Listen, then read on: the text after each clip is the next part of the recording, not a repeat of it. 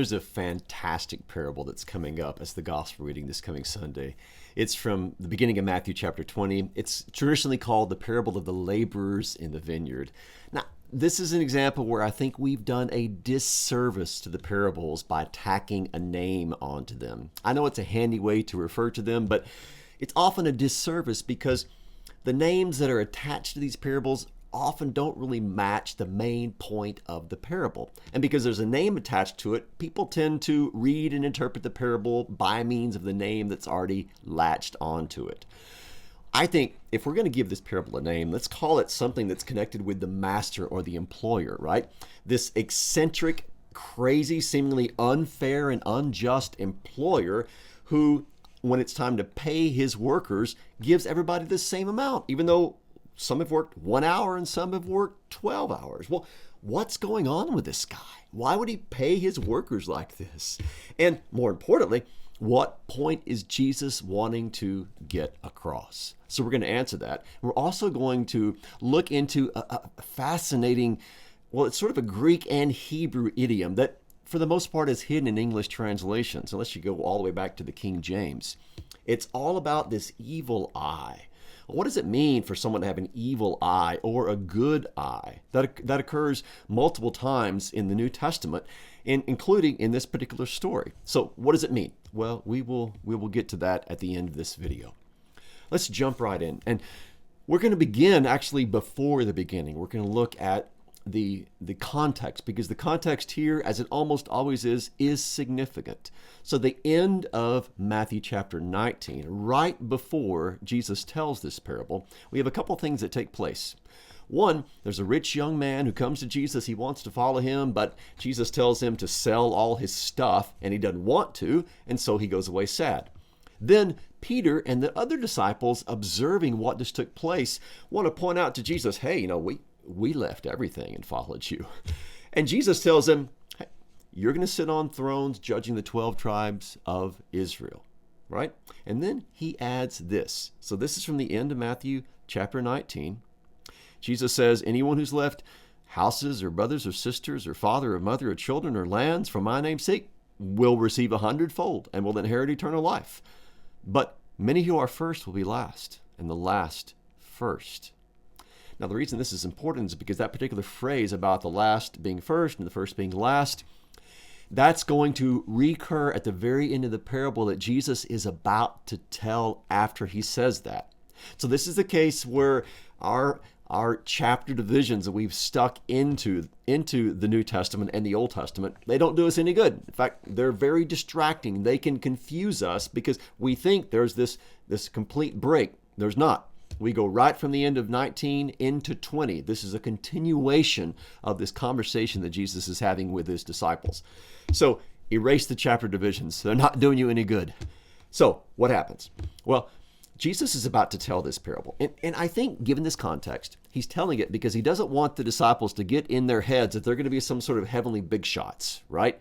They're going to be these great people in heaven who are greater than the other people who are there. He's just told them they're going to be sitting on 12 tribes on 12 thrones judging the 12 tribes of Israel. So they might be thinking, oh man, we're going to be big shots in the kingdom of heaven. So Jesus tells them, hey, I want you to bear in mind something. The first will be last and the last will be first. In other words, as the parable is about to illustrate, there's going to be an equality of grace that are given to those who enter into the kingdom of heaven. So part of the reason Jesus tells this parable is to pop ahead of time this balloon of pride that might be swelling inside the disciples' heads. Okay, let's jump into the parable itself. We're just going to look at it section by section. Here's how it begins. Jesus says, the kingdom of heaven is like the master of a house who went out early in the morning to hire laborers for his vineyard. After agreeing with the laborers for a denarius a day, he sent them into his vineyard. So far, nothing out of the ordinary whatsoever. There's a guy, he has a vineyard, it's harvest time, it's in the fall, it's time to get the grapes so they can begin the process of making that into wine. And so he's got to hire workers, right? So he goes and he hires some workers. And he's going to agree to pay them, which was what was considered to be the standard of the day. You work a day, you get a denarius. We talked about this, in fact, in last week's video about the the servant who was trying to get some money from another servant who owed him several hundred denarii. So a denarius was basically the wage for the day. And I put up here on the screen an image of what one of those would have looked like. It wasn't the only Roman coin, of course, but that was the Roman coin that would be placed into the palm of a worker who had been out there laboring all day long. So that's how it starts out. What happens next? Says that going out about the third hour, he saw others standing idle in the marketplace.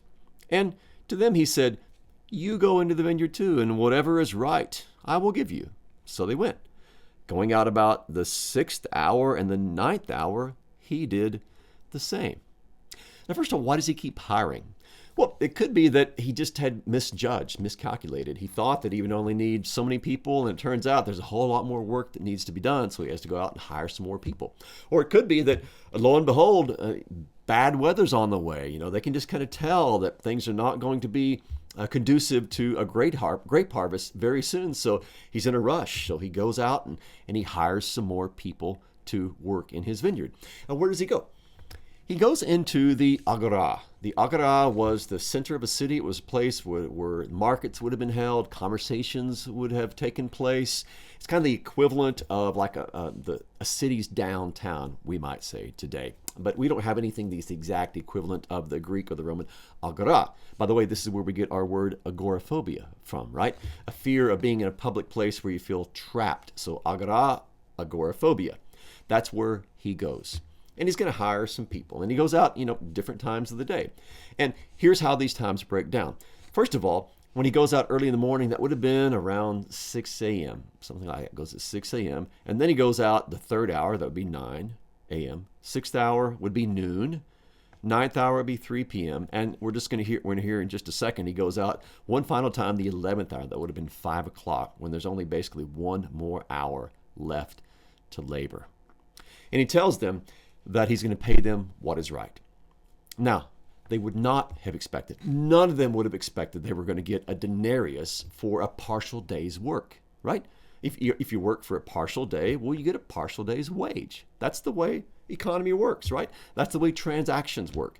If I work 3 hours, I expect to get paid for 3 hours. If I work 6, I expect to get paid for 6. If I work 9, I don't expect to get paid for 12. That's not the way the economy works. So we're going to say, just for the sake of translating this into modern currency, that a denarius is about $120. Okay? So if you work a full day, you get a denarius, you get $120. But if you only work, 9 hours, $10 an hour, you're going to get $90. $90. 3 hours, $30. 1 hour, $10. So a $10 wage, a full day would have been 12 hours. So full day's work, $120, or in the currency of Jesus' day, a denarius. But we're not done yet. We got to hire a few more people. So what's the next verse tell us? Says that about the 11th hour, so this is 5 p.m., he went out and found others standing. And he said to them, "Why do you stand here idle all day?" They said to him, "Because no one's hired us." He said to them, "You go into the vineyard too." Now, I find this a little bit hard to believe. Only in the sense that, are you really there because nobody hired you, or are you there because you slept in? You didn't get to the agora where all the hirers would have been, and so you've been, you're just kind of standing around. You're standing idle, as Jesus says in the parable. But whatever their reason might have been, it's almost quitting time. And I'm sure none of them would have expected to be hired. There's only an hour left in the day. I mean, it's 5 o'clock, quitting time, 6 o'clock. Nobody's going to hire you, but he does. And so he hires them with the expectation they would have had that they would receive a smaller Roman coin for their 1 hour of work. Then what happens? We're finally going to get now to the very interesting end of this parable and this exchange between the various workers and between the master who hired them. When evening came, the owner of the vineyard said to his foreman, "Call the laborers and pay them their wages, beginning with the last, up to the first." And when those hired about the 11th hour came, each of them received a denarius. Now, when those hired first came, they thought that they would receive more, but each of them also received a denarius. Now, first of all, they were getting their wages because that's the way it worked back then, right? Like, most of us get paid once a week. Some of us get paid every other week. Some of us, I guess, get paid maybe once a month. But most people get paid either every week or every 2 weeks. But not in the ancient world, not for day laborers like this. Even back in Leviticus, there's a law about making sure that, if you hire people, you don't wait till the next day to pay them. You pay them at the end of the day because chances are they need that money. Chances are they're just living, as we say today, from paycheck to paycheck. They need that money to buy the food that's going to feed them or their family for that evening. So you get paid at the end of the day, and they lined up to receive that which they were to receive. Now, you can just imagine what was going on in the minds of the people who saw the latecomers getting paid, right? So the latecomers, the 11th hour people, they get up there and they get paid a full denarius. Are you kidding me? They get like our $120. That's crazy. But that's what they get. So maybe they're walking back down the line, and you can see the people hired the 9th hour, the 6th hour, the 3rd hour, the 1st hour. They're looking at this denarius in the palm of the people who only worked 1 hour, and they're doing some quick math in their heads. They're thinking, wow, we're going to get rich. I mean, this is going to be like the most profitable day of work ever. Those guys got paid a denarius for working a measly hour at the end of the day. That means that we're going to get paid 3 denarii or 6 denarii. Or the people who worked all day think they're going to get 12 denarii. So, like, wow, $1,440, right? I can't do math very good, so maybe I got the figure wrong. But that's what they're thinking, right? They're going to get paid not $120, but $120 an hour, right? Crazy. Then they get to the front of the line, and what gets placed into their hand? A denarius. Same as the people who only worked 1 hour. Now they're upset. Let's see what happens next. On receiving only a denarius, they grumbled at the master of the house, saying, "These last worked only 1 hour, and you made them equal to us who have borne the burden of the day in the scorching heat." But he replied to one of them, "Friend," actually the Greek there should be translated more like, "Hey, pal. Hey, pal, I'm doing you no wrong. Did you not agree with me for a denarius? Take what belongs to you and go. I choose to give to this last worker as I give to you. Am I not allowed to do what I choose with what belongs to me? Or do you begrudge my generosity?" So the last will be first, and the first last. There's that phrase, right? There's that phrase at the end of chapter 19 that now occurs here at the end of this parable in chapter 20. So you can see how it bookends this particular part of Matthew's gospel. Okay, first of all, notice what they did. They grumbled. Now, if that word seems familiar to you in English, it's even more familiar in Greek, because if you go back and you look at those accounts in the Torah, like in Numbers or Deuteronomy or wherever, where the Israelites were grumbling about the food or the drink or other things, that particular Greek verb that is used there, gongudzo, that is what the translators used to translate those Hebrew verbs back in the Torah. So it has these connections with the ancient Israelites and their grumbling in the wilderness. It's also the verb, interestingly, used in the Gospel of Luke when the Pharisees and the scribes are grumbling to the disciples of Jesus because they're upset because Jesus is doing what? Well, he's at the home of Matthew the tax collector, and he's eating with these tax collectors and other sinners, and so they're grumbling about that. And it's also used in a few other contexts as well, like John chapter 6 in the bread of life discourse. So, gongudzo, they're grumbling because of this. And in this particular parable, they're grumbling because, of course, they think that they should have received more. And what do they say? They said, "You have made them," that is the latecomers, the people who didn't work but 1 hour, "you've made them equal to us who have borne, the hardest part of the day. We've been working out there in the field all day long. We did the hard work, and you rewarded them. You paid them as much as you paid us." The Greek that's used here for "you make them equal to us" is isos. Think of isosceles triangle, right? A triangle with 2 equal sides. That's where we get that. The isos is equal. So isosceles, you've made them equal to us. It's also the word that's used when After Peter has the vision of the unclean foods that come down, and then he goes to the home of a Gentile, and he's describing later to his fellow Jews exactly what God has done for the Gentiles. And he says basically that God has given to them an equal gift, the same gift that he's given to us, an isos gift, an equal gift. So we have the grumbling, we have the claim of equality, and then what happens next? Well, he says, friend, I'm doing you no wrong. And as I mentioned when I was covering that verse, that friend is really not a good translation here, because the other instances when this particular Greek word is used in the New Testament are always negative. It's not a friend he's talking to. It's more like, hey, buddy, listen up, pal. Because this is the word that Jesus uses to address Judas when he comes to kiss him in betrayal. Like, friend, hey, buddy, go ahead and get it over with, right? Do what you've come to do. It's also the word that's used in the parable about the guy who comes to the wedding, but he won't wear a wedding garment. And so someone comes up to him and says, friend, how'd you get in here without that wedding garment? It's sort of like, hey, buddy, what are you doing here without a wedding garment on? Get out, right? So that's the implication of this particular Greek word that's used. It's not friend, it's more like hey buddy or hey pal.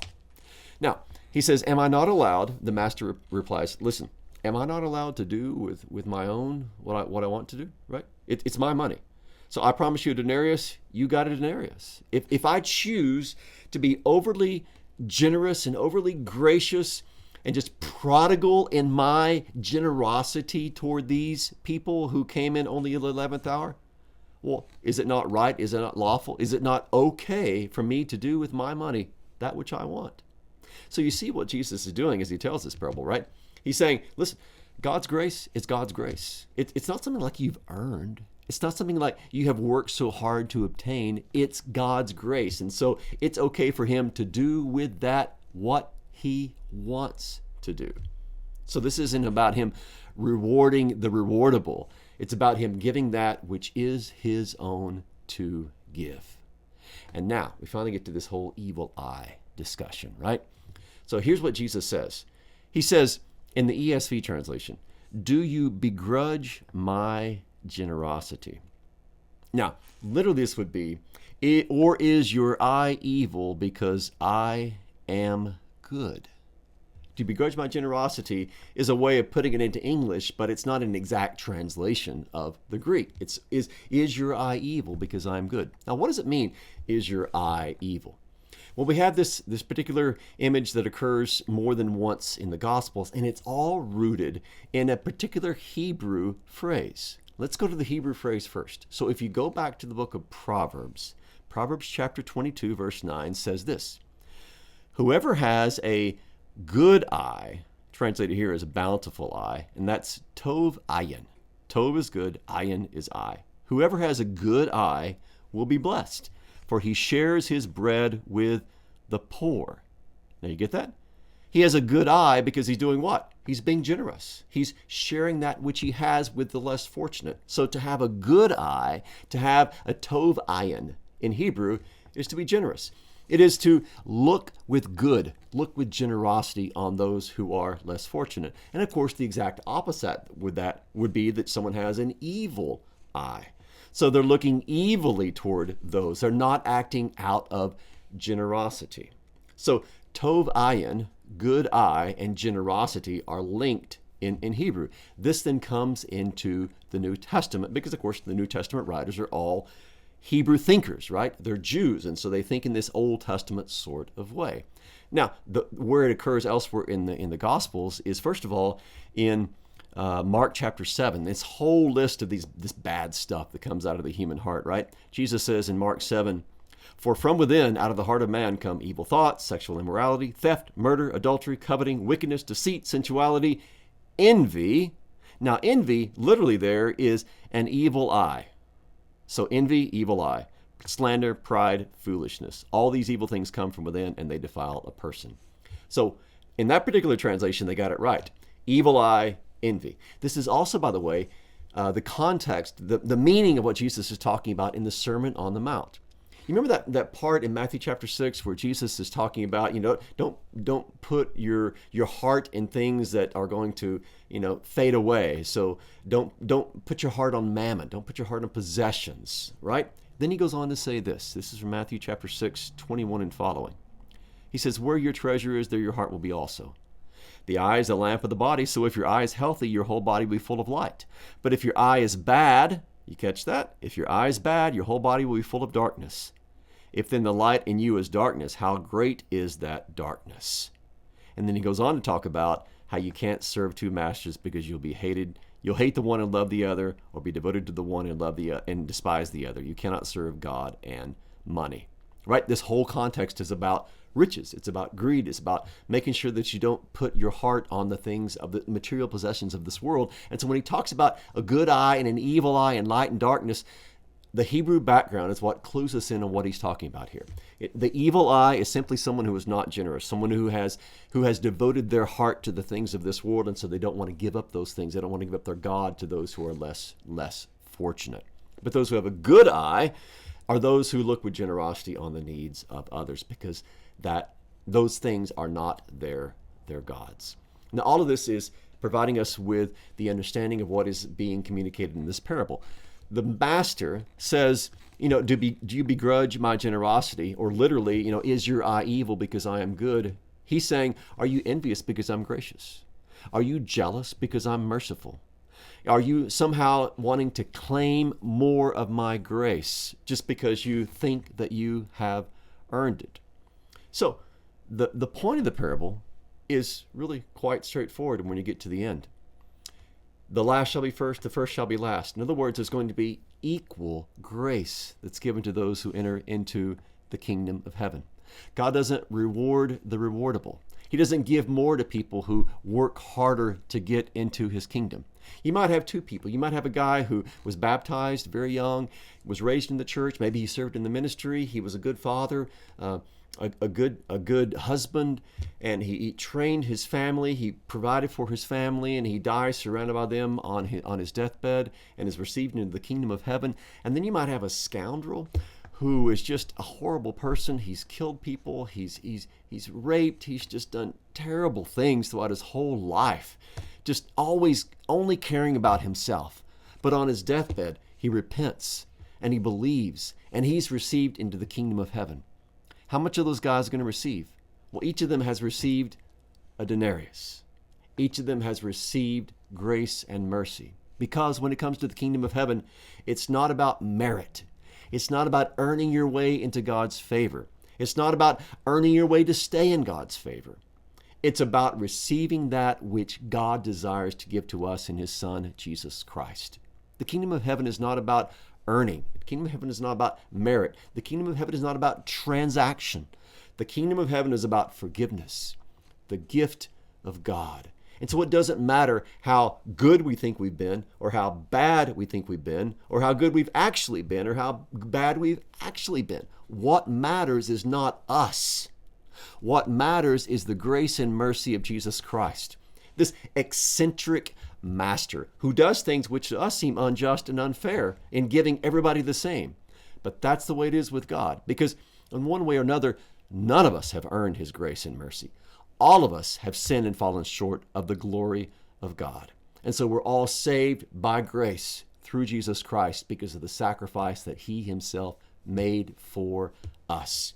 And so when it comes time to pay us, we all receive the denarius of mercy and grace, because the heart of the Father is generous, and he's never going to stop giving us that which he desires us to have in the person of his Son, Jesus Christ.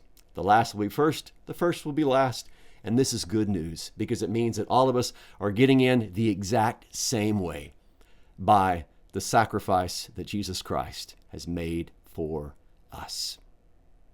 Well, I hope that's helped you understand the parable a little bit more. As always, if it has, be sure and share this with your friends. I pray that each of you are doing well, and I pray God's abundant mercy and grace and peace upon each of you. Thank you for watching.